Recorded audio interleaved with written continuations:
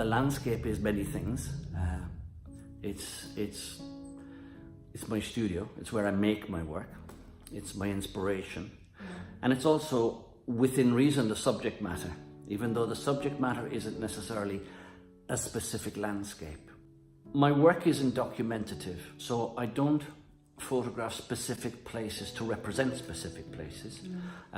I'll travel to somewhere to make a photograph that more represents for me a feeling, or captures atmosphere or creates atmosphere.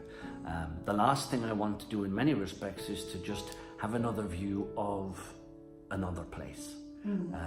But it's very much trying to create feeling that resonates with the viewer, whatever that feeling may be, and that feeling, atmosphere, spirituality, whatever you call it, will very probably be different things to different viewers depending on their state of mind.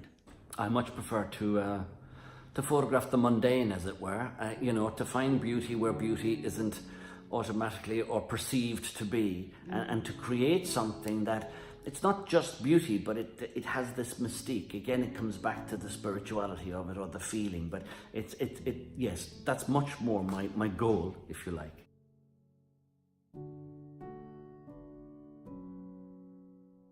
So on any particular day when I'm making a photograph, it's arriving at a location that may be predestined, probably is predestined, because I might have something in my head of what I want to photograph or how I'm going to create something, but invariably that might change, which is a good thing. And that will be because of the elements on that particular day.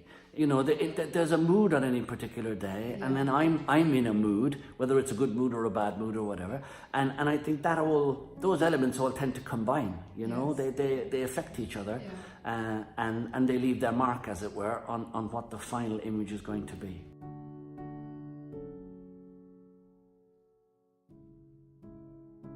I, for a very long period of time, still used film, digital, negative and a positive film, and made my own prints, had my own darkroom room, and was completely involved in the analog world of image making with photography. I now photograph using a digital camera, but I work in the same methodology, and I think the benefit of having worked in that old-fashioned way, if you want to use that as a phrase, gives me the benefit of a mindset of how I like to work. So I don't rattle off lots of images. It's very much a slow process. My photography is very much a slow process. It's a solitary process. I like to think it's more authentic, but each to their own, to be perfectly honest. I'm not preoccupied with the technicality and that whole side of it. I'm au fait with it because I have to work with it, but above and beyond that, it's not the focus. For me, it's the experience, it's the adventure, it's the walking, it's the being in the landscape, it's the creating that image that at the end of the day you can stand over it and be 100% happy with it.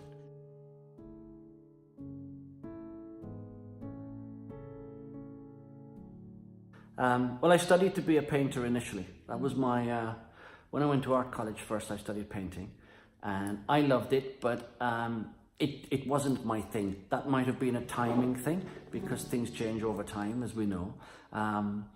But now, probably more than ever, I'm happy to push my photography or my images or my image making in more of a painterly direction. My photographs, because they're created using extended time exposures, the end photograph will be something that's not apparent to the viewer. In other words, somebody that would be there at the time. It's not just about the detail, it's not just about the sharpness, it's not about the color, it's about the combination of the elements. And when someone feels that the end product or my photographs have a painterly characteristic, it's for me the perfect combination, really. It's the ideal end result.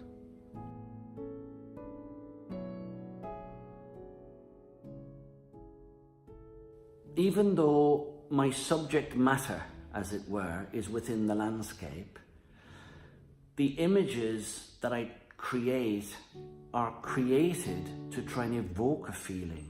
And ideally, when someone then looks or stands in front of one of my photographs or reads it, looks at it in a book or as a print, I want them to take a moment. I want them to be drawn in. I want them to equate with that feeling that I had when I was making the photograph.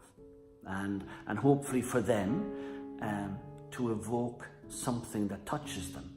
Well, whatever that might be, and depending on the person, it'll probably be a different thing. And I very much like when I see people stand in front of my work and just resting, just looking.